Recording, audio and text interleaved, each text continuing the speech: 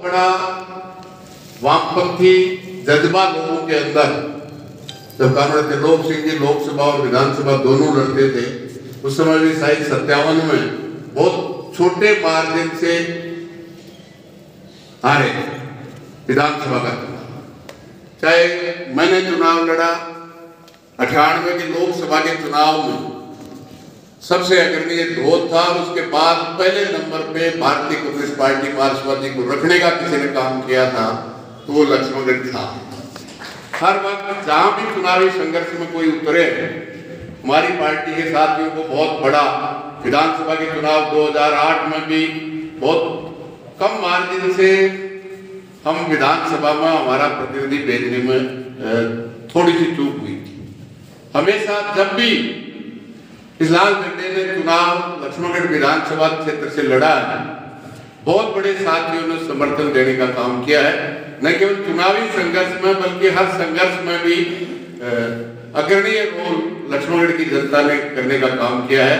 इसके लिए तो मैं बधाई देता हूं। और जहां तक सम्मेलन में आए हुए तमाम साथियों से मैं निवेदन करना चाहूंगा कि ये बहुत बड़ा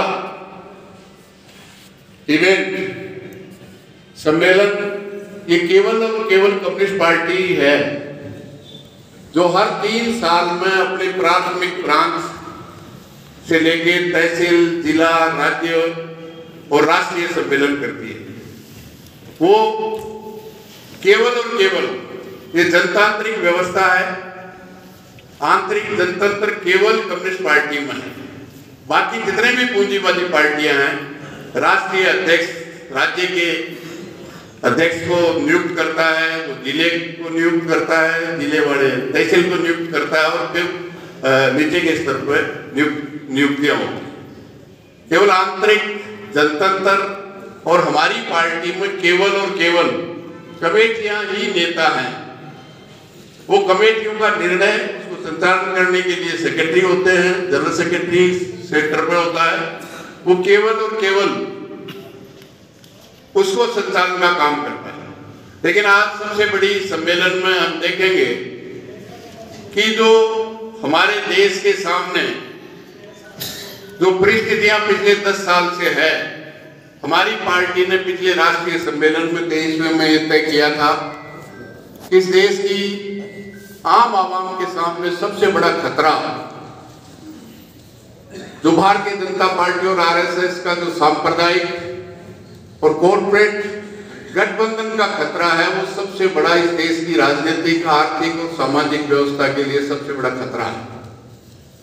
और उस खतरे के मुकाबला करने के लिए हमारे राजनीतिक प्रस्ताव में एक ही बात कही थी, भारतीय जनता पार्टी की सांप्रदायिक और कॉर्पोरेट गठबंधन को परास्त करना, अलग थलग करना, भारतीय कम्युनिस्ट पार्टी मार्क्सवादी और वामपंथियों की ताकत को बढ़ाना और एक धर्मनिरपेक्ष सरकार बनाने के लिए राजनीति को आगे बढ़ाने का काम करें। मैं समझता हूं इस पिछले 3 साल में बहुत कुछ आप और हम देखेंगे कि 2014 और 19 में 2014 में 30 साल के बाद ऐसी पार्टी पूर्ण बहुमत के साथ देश की राज सत्ता में लोगों ने सांप्रदायिकता के आधार पर भेजने का काम किया। जिस पार्टी का जंगे आजादी में एक लड़ाई का कोई उदाहरण आज हमारे बीच में नहीं है, जिन्होंने 104 लोगों ने फांसी खाई, लाखों लोगों ने लाठियां खाई, जेलें भोगी, एक व्यक्ति भी नहीं है। एक गया था गलती से, वो भी माफी मांग करके माफी वीर बन करके वापिस आया। इसलिए आज ऐसी सरकार जिसका देश की जंगे आजादी में जब साम्राज्यवाद से, सामंतवाद से लड़ रहे थे, उनकी गुलामी कर रहे थे, और आज उसी आधार पे जो अंग्रेजों की नीति थी, बांटो लूटो राज करो, उसी नीति पे चलते हुए आगे बढ़े। लोगों को मूर्ख बना करके 40 लोगों की शहादत दे करके फिर 2019 में 2082 से 303 लेने में कामयाब हुई। लेकिन निश्चित रूप से जो नीतियां आम जनता के खिलाफ और बड़ी बड़ी कंपनियों के पक्ष में, आम धर्म और जाति के आधार पर आम जनता को बांटने की जो कोशिश कि राजनीति करके लेके आए थे, उन नीतियों के खिलाफ, जिस तरह से साथी अभी फूलचंद जी ने बताया कि निश्चित रूप से 2019 में जीतने के बाद इस देश के मेहनतकश किसान के खिलाफ काले कानून लेके आए। इस देश के मजदूर जो सुई से हवाई जहाज तक बनाता है, जिन्होंने संघर्ष के माध्यम से आजादी के पहले और आजादी के बाद संघर्ष के माध्यम से 44 श्रम कानूनों को निर्माण कराने के लिए अपना संघर्ष बढ़ाया, उन सबको समाप्त करके 4 मजदूर संहिताएं बनाने का काम किया। मैं समझता हूँ ये पहला मौका था जब हमला इस शासक वर्ग ने पूरे देश की आम आवाम के खिलाफ, किसान, मजदूर, छात्र, नौजवान, महिला, दलित, शोषित के खिलाफ ये कानूनों के माध्यम से हमला किया। तो उसी ताकत के साथ इस देश के मेहनतकश ने एकजुटता के माध्यम से, चाहे समय लगा हो, चाहे 13 महीने का समय लगा हो, लेकिन पहली बार 10 साल में किसी तानाशाह सरकार को झुकाने का काम किसी ने किया है तो इस देश के किसान ने, मजदूर ने एकता के बल पे उन कानूनों को वापस लेने के लिए देश की सरकार को मजबूर किया। ये पहला मौका है कि कानून पास तो हुए लेकिन देश की धरती पे लागू नहीं हुई। तो निश्चित रूप से वो संघर्ष आगे बढ़ा। इसलिए आज सबसे बड़ी आवश्यकता है कि जो मार्क्सवादी कम्युनिस्ट पार्टी का जो सिद्धांत, जो परिवर्तन में आस्था रखता है, क्योंकि निश्चित रूप से आज से 75-76 साल पहले भी एक साम्राज्यवादी व्यवस्था और सामंती व्यवस्था थी, उसको पलटने का, बदलने का काम इस देश के मेहनतकश ने किया है। और निश्चित रूप से एक पूंजीवादी समाज व्यवस्था का निर्माण हुआ। और अब जिस तरह से पूरा साम्राज्यवाद, पूरे सोवियत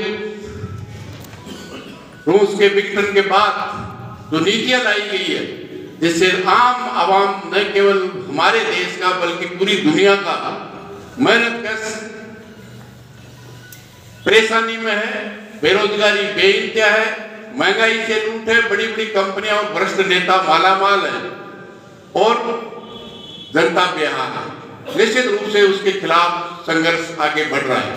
आप देखेंगे कि क्या हालत है, जिस तरह से पैसे का उपयोग किया जा रहा है, जिस तरह से जनतंत्र की हत्या की जा रही है। आप देखेंगे कि अभी उत्तर प्रदेश में जो उपचुनाव हुआ, वो से जो भारतीय जनता पार्टी के खिलाफ वोट देने वालों को बंदूक के बल में रोका गया, वोट नहीं दिया गया। और महाराष्ट्र में जहां आप देखेंगे जो विधानसभा का अभी चुनाव हुआ है, तो 5 साल पहले चुनाव हुआ, प्रशासन ने जितने रुपए पकड़े थे उससे 7 गुना पैसा विधानसभा चुनाव 2024 में पकड़ा गया है। इससे आप अंदाजा कीजिए कि 7 गुना पैसे के बल पे लोगों का वोट और ईवीएम के माध्यम से लोगों में एक दूसरी जाति के खिलाफ लोगों को जाति का भावनाओं को भड़काकर राजनीतिक रोटियां सेकने का काम किया। जिस चुनावी बॉन्ड के नाम से जो चंदा वसूली था, हमारे देश के सर्वोच्च न्यायालय ने उसको गैर कानूनी, गैर संवैधानिक घोषित कर दिया। लेकिन उसके बाद भी जिस तरह से बड़ी बड़ी कंपनियों का पैसा, कह रहे हैं कि बड़े पत्रकार ने कहा कि 35,000 करोड़ रुपया अकेली महाराष्ट्र के चुनाव में एक क्षेत्र में खर्च किया है। तो जो 35,000 खर्च करेगा एक विधानसभा के चुनाव में, वो 1 लाख करोड़ रुपया जनता से लूटने का काम करेगा। यही राजस्थान की सरकार ठीक 1 साल पहले विधानसभा के चुनाव में नवंबर में कह रही थी कि हमारी अगर सरकार बनी तो पड़ोसी हरियाणा और पंजाब के बराबर हम पेट्रोल और डीजल के रेट हरियाणा और पंजाब के बराबर, पड़ोसी राज्यों के बराबर कर देंगे। उस पर आज बात नहीं करते। क्या आज हरियाणा और पंजाब के बराबर डीजल और पेट्रोल के दाम हो गए क्या? नहीं।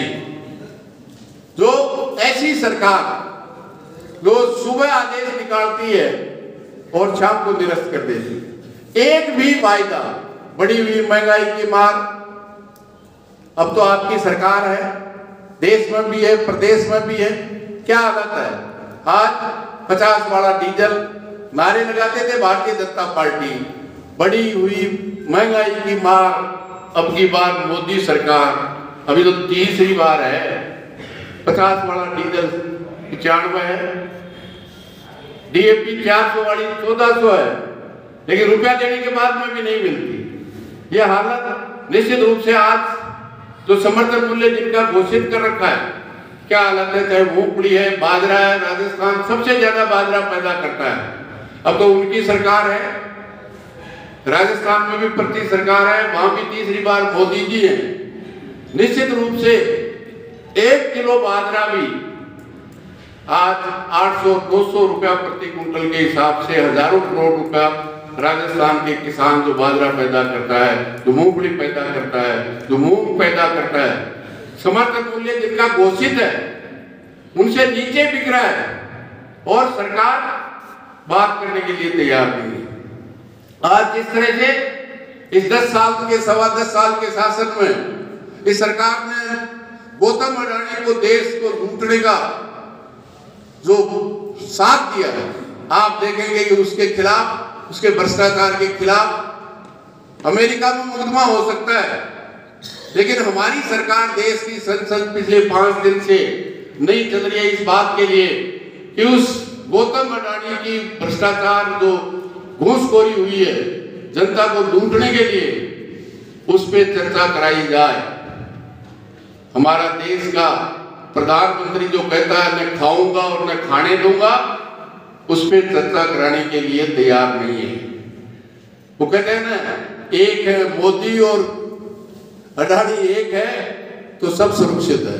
ये आज जो हालत की जा रही है, निश्चित रूप से इसके खिलाफ बहुत बड़ा जंग लड़ने का काम किया है। इसलिए आपसे मैं तो यही उद्घाटन सत्र पे कहना चाहूंगा कि अभी पूरी सीकर जिले की जनता ने, सीकर संसदीय क्षेत्र की जनता ने, जो ये इंडिया गठबंधन जिसमें कमल सीताराम येचुरी का बहुत बड़ा योगदान था, हमारे बीच में नहीं रहे, लेकिन निश्चित रूप से जिसको लक्ष्य हमने 3 साल पहले हमारे राष्ट्रीय महाधिवेशन में तय किया था, वो हरा तो नहीं पाए, लेकिन जो भारतीय जनता पार्टी 400 पार का नारा दे रही थी, उसको 240 पे 300 पार भी नहीं करने दिया, 240 पे रोकने का काम किया, जिसमें आप और हमारा भी सबसे बड़ा योगदान देश में भी है और इस सीकर लोकसभा क्षेत्र में भी रहा है। इसके लिए भी आप सब बधाई के पात्र हैं।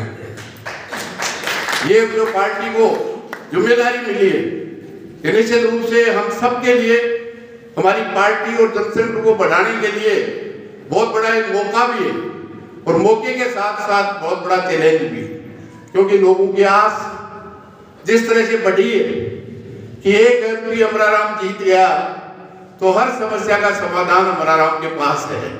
मैं समझता हूँ, ये मैं कह सकता हूँ कि जिस भावनाओं के साथ मार्क्सवादी कम्युनिस्ट पार्टी को देश की संसद में भेजने का काम किया है और जिन जन विरोधी नीतियां जो सरकार लागू कर रही है, चाहे वो केंद्र सरकार कर रही है, चाहे वो राज्य सरकार कर रही है, जो भी संघर्ष सड़कों पे, जमीन पे जो लड़े जा रहे हैं, उसकी आवाज को कहीं मजबूती के साथ देश की संसद में रखने में मैं समझता हूं आपका भाई अमराराम किसी भी रूप में कम नहीं रहने देगा तो उठाने में, लेकिन हर समस्या का समाधान मैं समझता हूं यही सबसे प्रमुख काम है प्रतिपक्ष में रहते हुए, क्योंकि प्रदेश और देश में भारतीय जनता पार्टी की सरकार है और वो सरकार जनता की समस्याएं ठीक करने का काम नहीं कर रही है।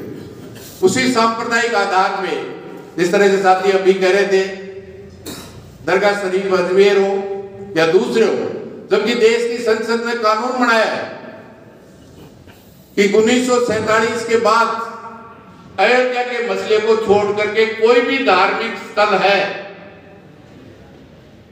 उस पे किसी भी तरह का सवाल नहीं उठाया जा सकता, लेकिन सब कानून की धज्जियां उड़ाकर, चाहे मथुरा हो, काशी हो, अजमेर हो, कोई ऐसी जगह नहीं है तो सांप्रदायिक आधार पे जब राजनीतिक रोटियां सेकी जा सकती है तो उसकी विचारधारा से कोई लड़ने की ताकत रखता है।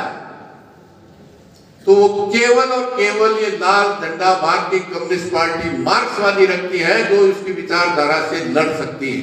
मैं एक उदाहरण अभी वक्त पे संशोधन लेके आए, वो से साथ ही मेरे से सीकर में मिले कि चूरू में इस वक्त के संशोधन जो जमीन वक्त की जमीन है वो दानदाताओं की दी हुई है, वो सरकार की जमीन नहीं है, एक धार्मिक रखने वाले उनकी जमीन है, उनमें निश्चित रूप से व्यवस्था की जाए। लेकिन उसके खिलाफ चूरू में उसके खिलाफ एक सम्मेलन होने वाला है, वहां चूरू का सांसद भी आएगा, आपको भी हम निमंत्रण देने के लिए आए। निश्चित रूप से फूल जी और पारिक जी यहाँ स्टेज पे बैठे हुए हैं। हम तीनों झुंझुनू के जिला सम्मेलन कुंवर सिंह सर में हो रहा था, वहां से एक दिन का समाप्त करके हम चूरू गए। हमने पूछा चूरू जहाँ सम्मेलन हो रहा है क्या चूरू का सांसद आया है? बोले नहीं, को नहीं आया। मतलब किस तरह से आप इसे अंदाजा लगाइए कि उस सांप्रदायिक एजेंडे से लड़ने की ताकत बिगर वोट की परवाह किए हुए कोई लड़ सकता है तो केवल मार्क्सवादी कम्युनिस्ट पार्टी का कार्यकर्ता है, इसके अलावा कोई नहीं है। उसकी राजनीति से लड़ने वाला वो कोई नहीं। बहुत से साथियों ने कहा, सीकर के साथी भी थे, था हमारा ही एक प्रतिनिधि चूरू के सम्मेलन में आने के लिए शुरू हुआ था, लेकिन चूरू नहीं पूछा, रामगढ़ से वापस रिटर्न हो गया। इसलिए जरूरी नहीं है। वो से साथियों के बीच में यह भी सवाल है, क्योंकि इस खतरे को, इस राजनीति को परास्त करने के लिए हमारा प्रयास होगा कि उसको परास्त करें। लेकिन जरूरी नहीं है कि ये इंडिया गठबंधन हमेशा रहेगा। वो जब ही रहेगा जब भारतीय कम्युनिस्ट पार्टी मार्क्सवादी की ताकत बढ़ेगी, और ताकत बढ़ेगी जनता की समस्याओं को लेकर हमारे जनसंगठन जनता के बीच में रहेंगे, संघर्ष में रहेंगे और निर्णय तक ले जाएंगे। मैं समझता हूँ संघर्ष में जो भी आजादी से पहले और आजादी के बाद जो संघर्ष हुए हैं, इस लाल झंडे का सबसे बड़ा योगदान है। चाहे राजशाही के खिलाफ, साम्राज्यवाद के खिलाफ लड़ने का सवाल हो, जेलों में जाने का, फांसी पे झूलने का। हमारे वो नेता है जो 10-10, 11-11 साल तक जेल में रहे, और एक भी नेता ऐसा नहीं है जो इस लाल झंडे को मानता था और अंग्रेजों से माफी मांग के वापस आया हो। न केवल वो वहां आए, 19 महीने इस देश की इमरजेंसी लागू की गई। बहुत से हमारे नेता, राजस्थान के भी दर्जनों नेता जेल में थे। हमें फक्र है एक भी नेता माफी मांग के नहीं आए, और जो आज देशभक्ति का सर्टिफिकेट बांट रहे हैं, दर्जनों ऐसे नेता मिल जाएंगे जो 19 महीने जेल में रहे, माफी मांग के आए, आज पेंशन ले रहे हैं। तो जंगे आजादी में लड़े, हमारा एक भी कम्युनिस्ट पार्टी मार्क्सवादी का नेता और कार्यकर्ता ऐसा नहीं है जो जंगे आजादी में भी जेल में गया और एक नए पैसे की भी पेंशन नहीं दी। न 19 महीने जेल में रहे, एक नया पैसा नहीं। जिस साथी ने भी पेंशन के लिए फार्म भर दिया तो दूसरे दिन कम्युनिस्ट पार्टी मार्क्सवादी से बाहर कर दिया, क्योंकि कम्युनिस्ट पार्टी कहती है चाहे वो जंगे आजादी है, चाहे देश के जनतंत्र को बचाने के लिए 19 महीने रहे, हम पेंशन के लिए नहीं लड़े, हम हमारे देश को बचाने के लिए, देश के जनतंत्र को बचाने के लिए जेल में गए। ये केवल कम्युनिस्ट पार्टी है। सबके ईडी और सीबीआई का छापा पड़ता है। 34 साल तक बंगाल में राज रहा है, 2 मुख्यमंत्री रहे, त्रिपुरा में 3 मुख्यमंत्री रहे, नरपेन चक्रवर्ती, दशरथ देव, माणक सरकार। उनकी हर 5 साल से बंगाल में 57 में सबसे पहले कोई प्रतिपक्ष की सरकार बनी थी, तो ईएमएस नमूद्रीपाद के नेतृत्व में सरकार बनी थी। हर 5 साल से बदलती थी, लेकिन सरकार के जनता के पक्ष में निर्णय करने के बाद भी 2019 के लोकसभा के चुनाव में 20 सीटों में से केरल में केवल 1 सीट जीती। लेकिन पहला मौका था जब विधानसभा का चुनाव आया, हमारी पार्टी के सरकार के कारनामों से पहली बार 45 साल का रिकॉर्ड तोड़कर पुनः एनडीए की सरकार को वापस चुनने का काम केरल की जनता ने किया है। इसलिए आज एक भी नेता ऐसा नहीं मिलेगा जिसपे छापा पड़ गया। बाकी जिनके छापा पड़ने से पहले ही ज्यादातर तो भारतीय जनता पार्टी में चले गए, और वैसे लोग चले गए जो महाराष्ट्र में जिनमें 75,000 करोड़ रुपए का भ्रष्टाचार का आरोप लगा रहे थे, जब उनके साथ आ गया तो ईमानदार हो गए। बोला ऐसी मशीन है तो कितना ही भ्रष्टाचारी हो, व्यभिचारी हो, वो अगर भारतीय जनता पार्टी में शामिल हो जाए तो वो ईमानदार हो गए।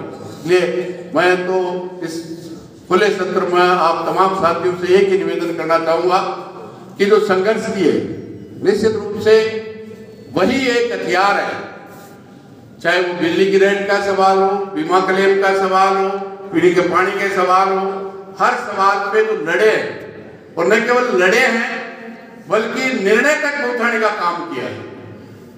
जब 1970 में राजस्थान की तत्कालीन सरकार राजस्थान नहर में जमीन बड़े बड़े लोगों को देने का निर्णय किया तो वहां की किसान सभा लाल झंडे के नेतृत्व में सबको साथ लेकर लड़ी। 12 किसान शहीद हुए और आखिर में देश की सरकार को झुककर निर्णय करना पड़ा 1 लाख लोगों को एक एक मुर्गा 17,000 की 17 साल की किस्तों में देना पड़ा। ये केवल लाल झंडा कर सकता है। रावड़ा गढ़साना के आंदोलन में 7 साथियों ने बलिदान दिया। जो पानी काटने का निर्णय तत्कालीन सरकार ने किया था, लोगों ने शहादत दी, लोग जेल में रहे, लोगों ने लाठियां खाई, लेकिन आज तक भी उस निर्णय को तो सरकार ने वापस नहीं किया है।